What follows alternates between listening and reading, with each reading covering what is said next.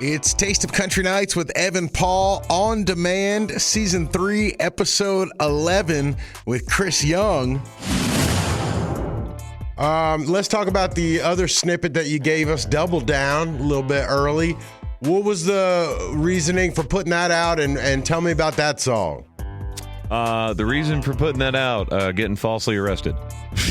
Okay, that'll do it. That'll do it. Not something I had on my bingo card for 2024, but it happened. We had a lot of fun hanging out with Chris Young, talking about his upcoming album that comes out this month. Now, our past interviews on Taste of Country Nights on demand include Keith Urban, Dierks Bentley was in here, Luke Bryan's protege, John Langston stopped by. You can relive all your favorite interviews. Just search for Taste of Country Nights on demand wherever you get your podcasts. This podcast is part of the Town Square Media Podcast Network. Okay, tell me about the new album that's coming out.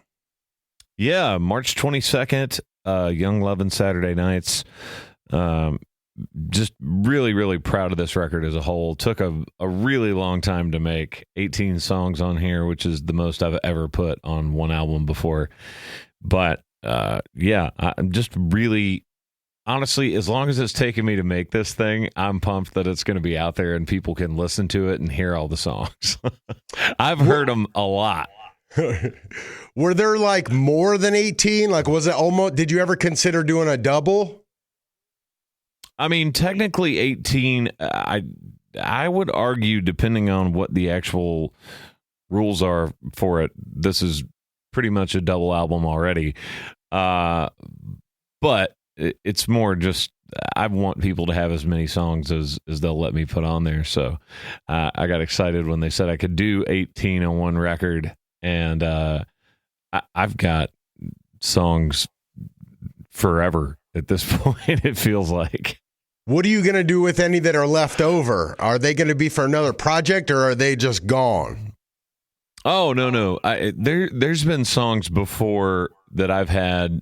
One of the songs on here I cut actually while I was doing the last record, and it had another song that was similar in tone and feel, so I left it off that record and ended up putting it on this record after I recut it.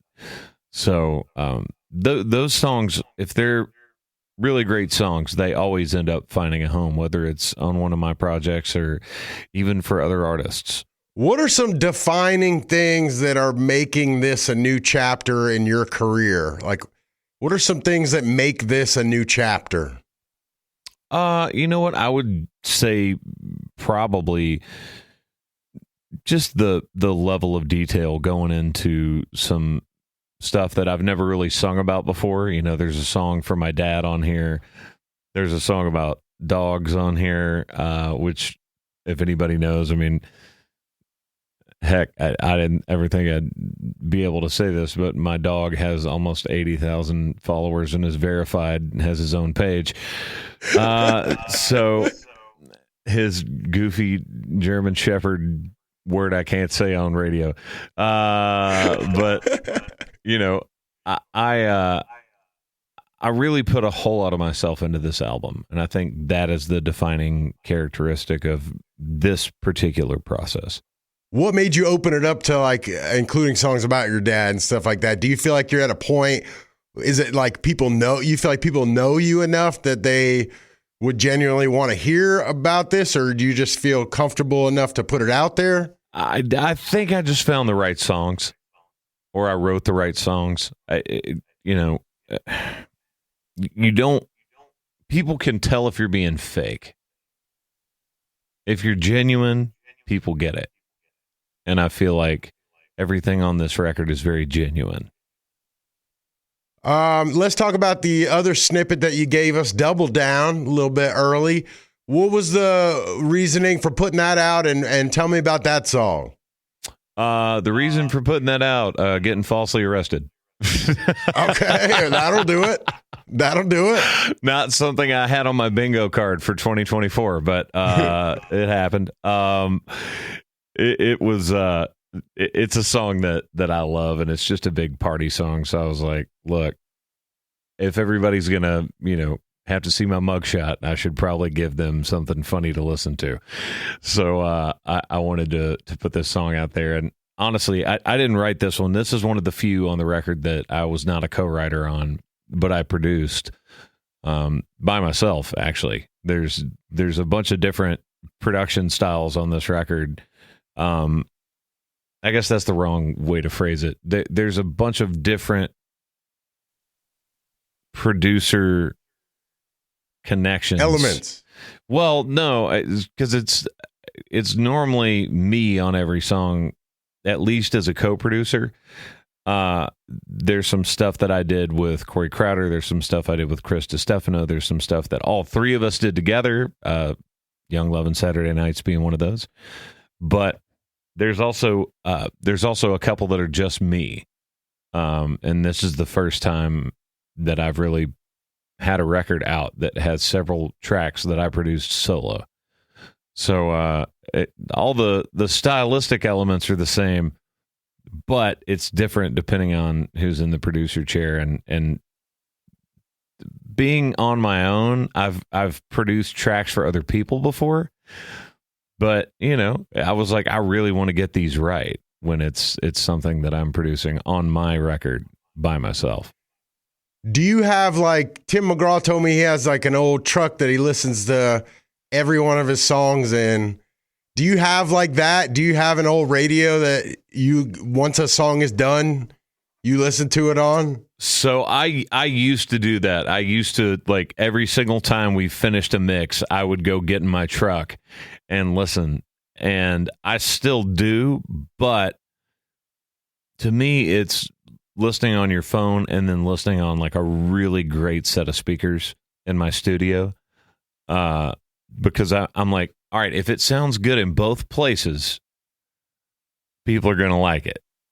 Like, most people are going to be listening either on a really nice set of speakers somewhere, whether it's their car or somewhere out where it's like, overheads, or they're going to be listening through their phone, through like, a pair of AirPods.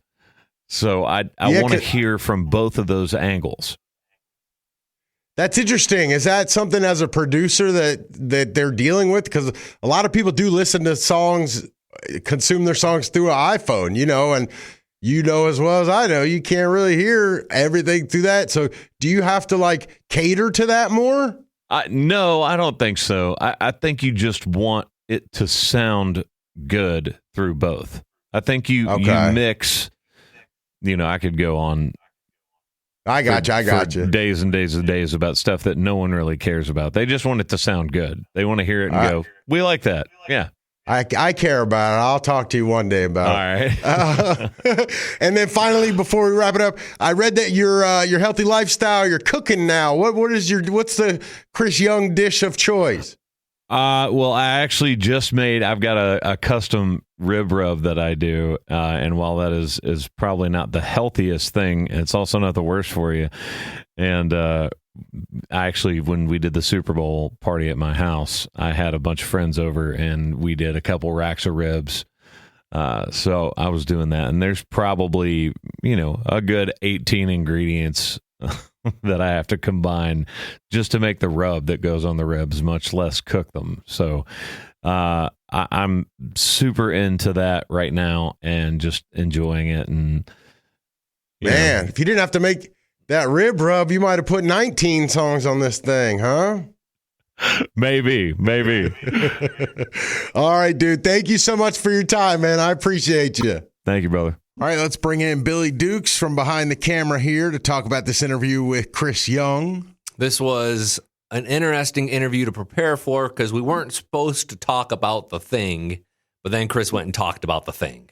Yeah, we're not supposed to address his arrest, which was turned around, and it was supposed to strictly be about the music.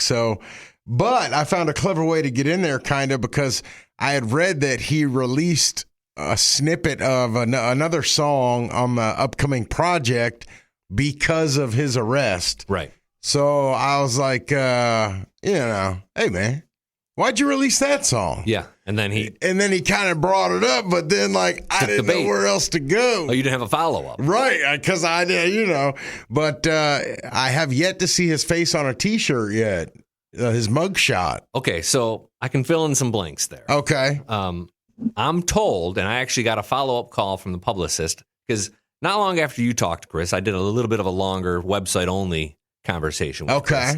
And they kind of asked not to talk about the thing. And here's the deal. Like, that's kind of BS from like a journalistic standpoint. You should be able to ask whatever you want to within reason, with respectful questions. I didn't really know what I still wanted to know from Chris with regards to his arrest after the whole thing, because it looked like it was all played out. It was buttoned up, pretty clear he didn't do anything wrong. I didn't have any follow-ups, but then I was told not to ask about it. And it's like, well, that's all I can think about now. That's all I want to ask about, because they told me not to ask about. Right. And when I sat down with him, like immediately, I was like, how are you? And he's like, well, not arrested. That wasn't the exact quote. Right. I mean, he went right into it. He wants to talk about it. He clearly wanted to talk about it. And I've seen him talk about it in some other places. So it's like, okay, well, then I got on my feet, think of some other follow-up questions that I hadn't planned for. So I think I asked him, like, how does it feel at the end of the day about it? And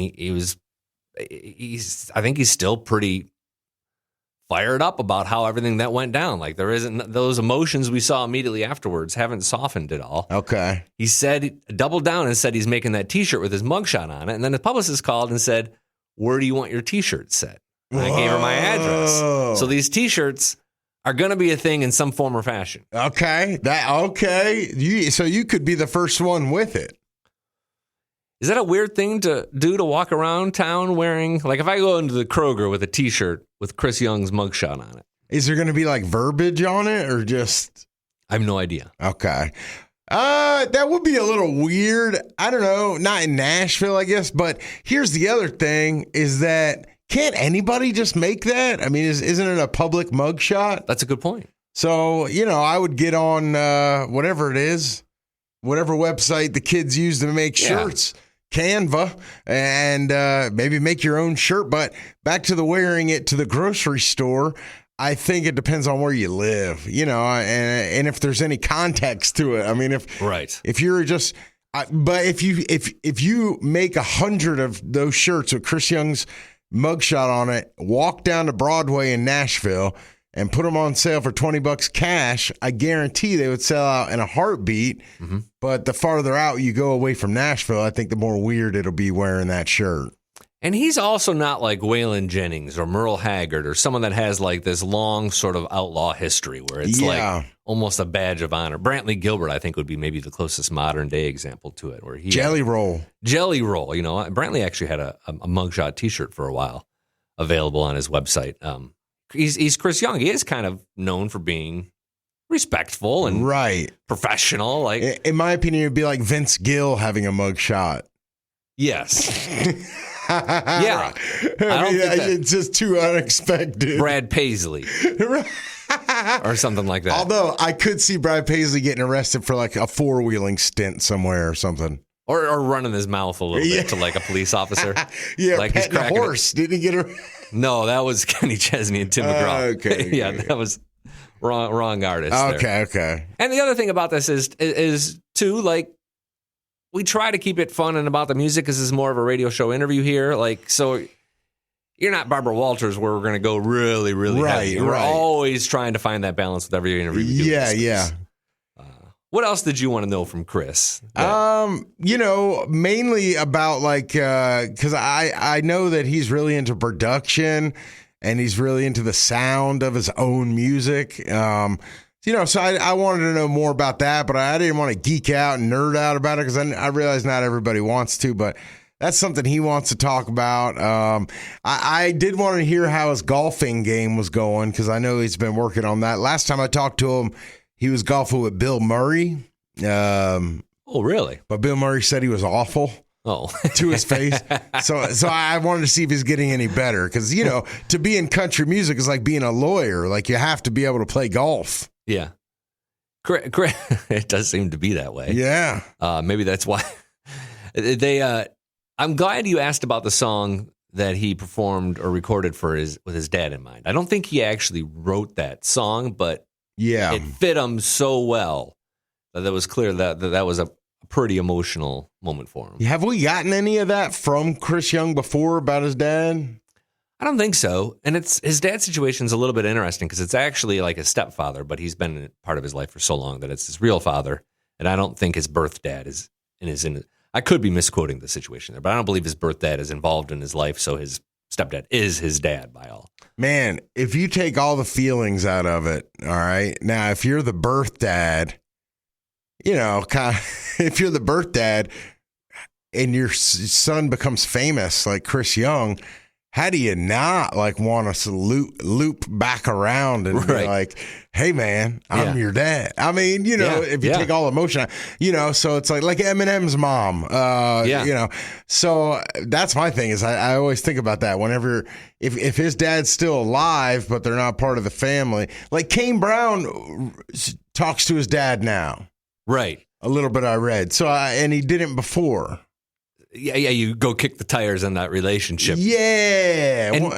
And maybe it's even from a genuine place. Like, it's easy to think like someone might think, oh, well, see if I can go get myself a new car. Like, and I bet you there's dads like that. Yeah, oh, yeah. But it could be also like you see your son on TV all the time. Yeah. You start to realize what you missed out on. Like, there could be maybe it's even a rare case where it's really genuine and sort of honest, but I don't know how you.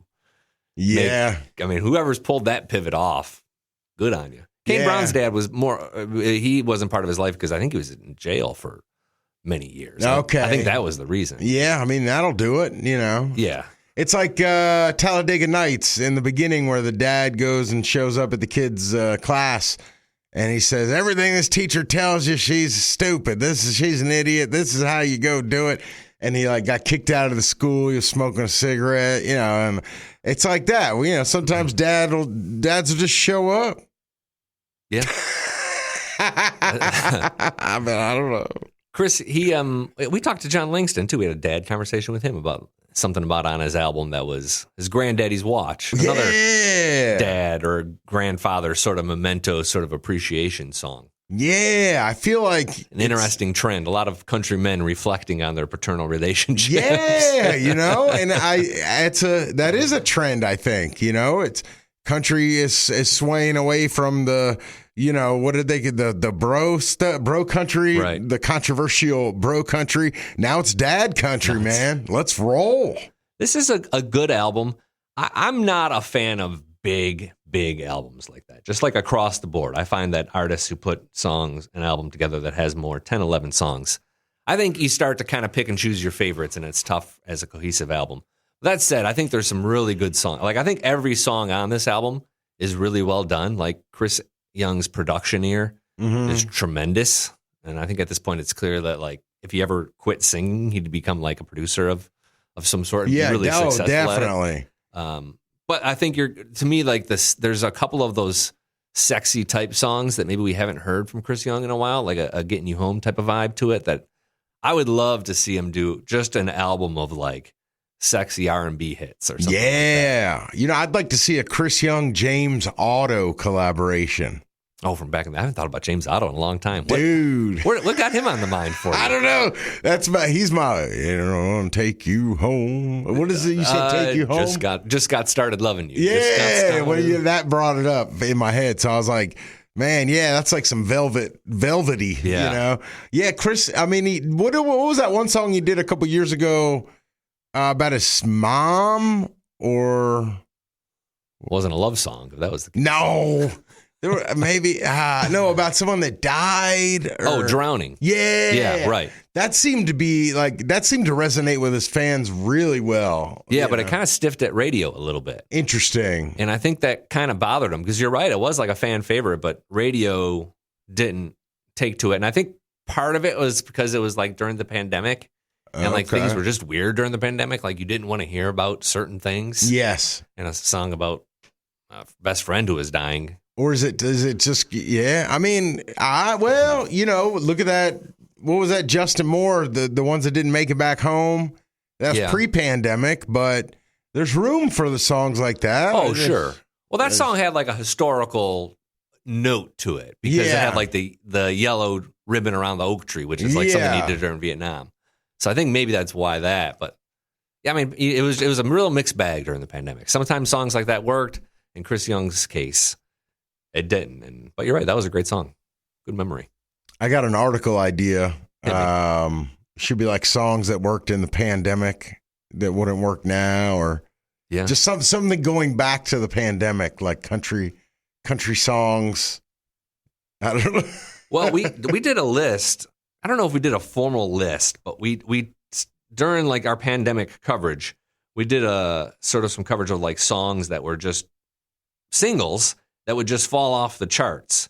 And the one I can think of here, I gotta find the title of it. Lady A had a song out, and it was a great song. I thought it was a smash song from their album at the time called "What I'm Leaving For," and it was about leaving your kids to be on the road, and it was a really beautiful ballad. But I think early pandemic, "What I'm Leaving For" is like leaving your family. No one wanted to think about that. I never even heard that. It stalled out at top 40. And that was it for him. But the song had some heat, but then the pandemic came and no one wanted to hear that song. Yeah. Or like, what about that one with Thomas Rhett and Reba and everyone else? Be a Light. I don't think anyone would want to hear it now. No, definitely not.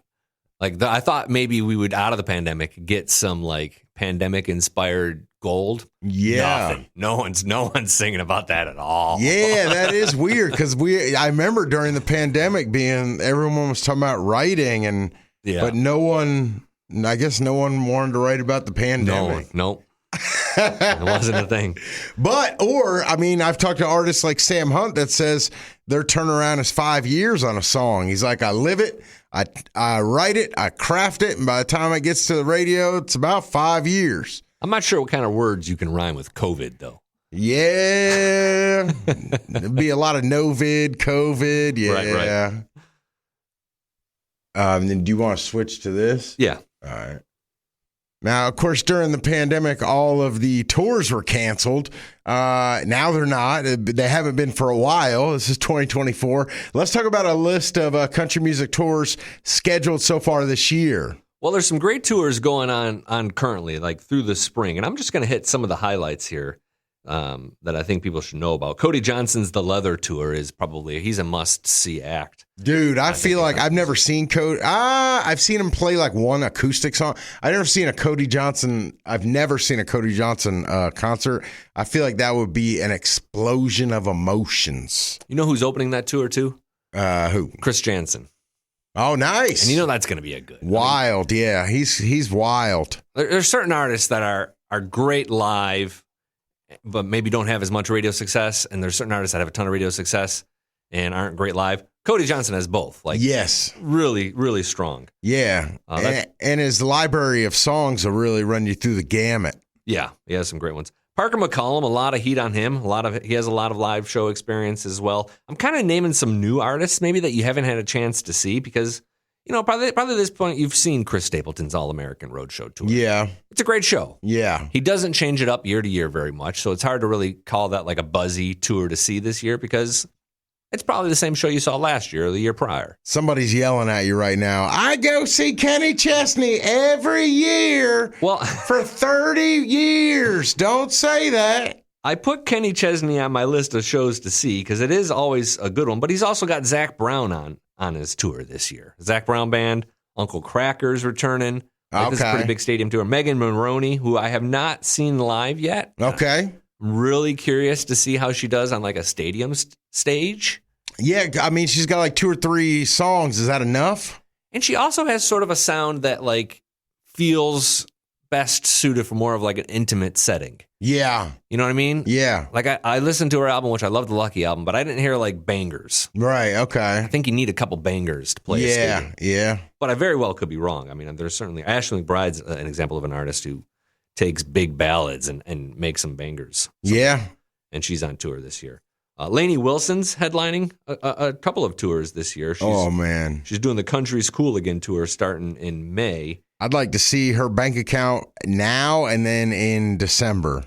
Well, here's the interesting thing about Lainey's touring. Like, she's still playing like what you would think of as like smaller amphitheaters and arenas. So for some reason, she hasn't graduated up to like the arena level headliner, which I think makes sense with the trajectory of her career. She's only had 4 or 5 hits, but she's also the entertainer of the year.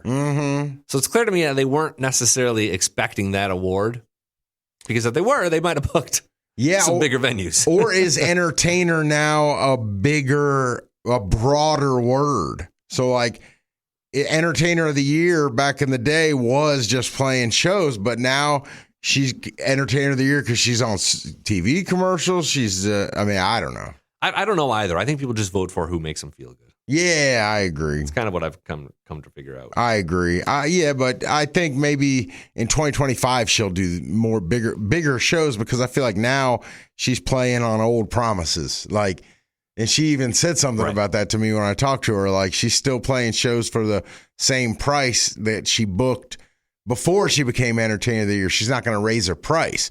So, and she was booked a year out. So sometimes you can really win that way. I remember the North Carolina State Fair one year booked Florida Georgia Line for like $10,000, and then Cruise blew up. Yeah, and they were all of a sudden headliners, and like here they come into the old saddle-shaped arena at the North Carolina Fair.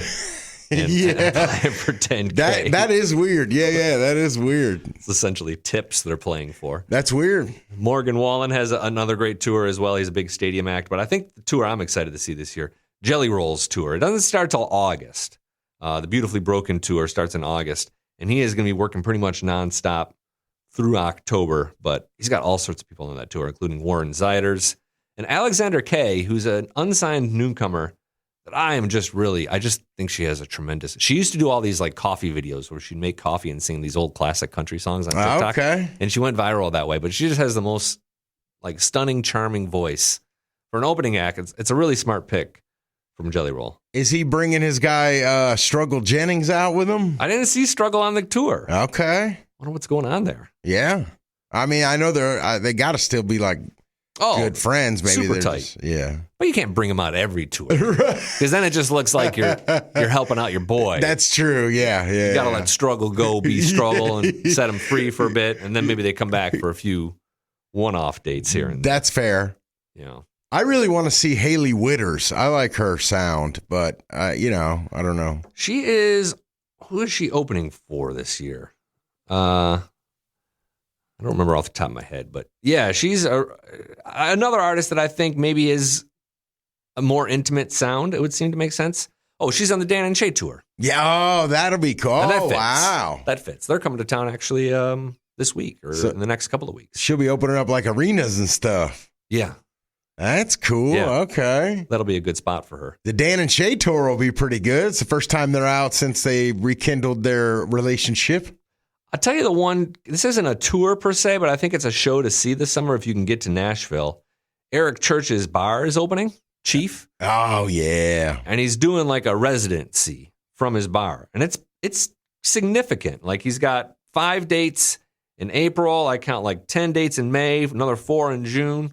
Like he's just doing a residency right there from his bar. That might be the extent of his summer tour. Is he sleeping there? I imagine he's got a house or something. Okay. Yeah, that would be cool if he had like a Eric Church suite at the top of his bar. Well, he's got the means to get a little Airbnb or something. Yeah, okay, you're right. Maybe Airbnb and walks it or scooters it to his bar. I'm not sure if I want to be sitting trying to sleep on top of all those drunken a-holes downstairs. Hey, trying to sleep up here. He's a family man. Trying to sleep. Could you imagine Eric Church driving there on a scooter, a bird scooter, from his Airbnb to his new bar in Nashville? There's Eric Church. Have you ever ridden one of those? No, I'm not going to either. No way. They are they're unnerving. Yeah. And I do a lot of cycling. Like and it's partly because it's like a weird vehicle, but also there's just people all over. You're trying to dive in and out. Like it's... Yeah, and for the average American, the last time you rode a scooter, it had a mermaid on it or, a baseball bat, and now you're getting on one that goes like 20 miles an hour. You're not wearing a helmet. Like these people are bound to Yeah, going down some of Nashville's hills. Yeah. Like, it's not a good formula. Plus, you got a few beers in you. Yeah. Oh, yeah. Yeah. Walk. Yeah. So, I mean, the moral of this podcast is you could see Eric Church on a bird scooter in Nashville. I feel like we really taught some people some things today. I mean, like, is it really? Definitely. Scope. It's possible. Nice word.